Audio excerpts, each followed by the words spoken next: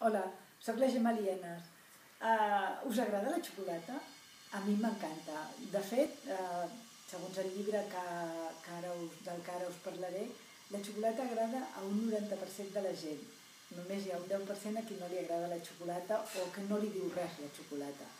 A mi m'agrada tant que ara que cada vegada és més difícil viure d'escriure perquè la gent no compra llibres, estic obrint una botiga de xocolata, però d'això ja us en parlaré un altre dia. Ara us vull parlar d'aquest llibre, Ciència i xocolata. És un llibre que ha estat editat per la Universitat de Barcelona i que està fet a base d'articles de diferents autors. Claudi Mans, Maria Àngels Pérez, Samper, Laura Vallès, etc. En aquest llibre hi trobareu coses molt interessants sobre la xocolata des de diversos punts de vista, tant des del punt de vista de la composició de xocolata com des del punt de vista de, per exemple, quins són els països productors i quins són els països consumidors. Per exemple, aquí teniu un mapa on es pot veure quins són els països més productors, que estan a Sud-amèrica i a Àfrica, i quins són els consumidors, que estan bàsicament a Europa i a Nord-amèrica. Trobareu curiositats com, per exemple, us heu fixat aquesta capa blanca de vegades té la xocolata a l'estiu?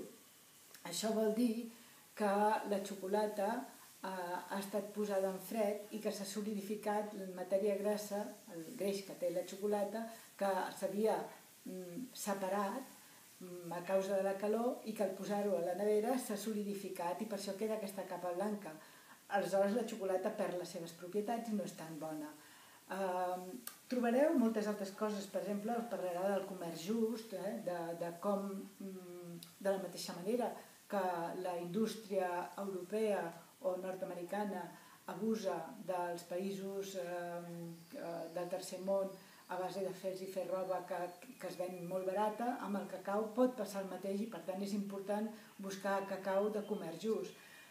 Trobareu qüestions referides al màrqueting. Per exemple, el nostre és un país menys consumidor de xocolata que Alemanya o que França, perquè a Alemanya, o a França sobretot, la xocolata està associada al plaer personal i a una bona estona amb gent, mentre que en el nostre país està més associada a fer regals. En fi, és un llibre que us recomano si us agrada la xocolata i si no us agrada també que hi aprendreu coses.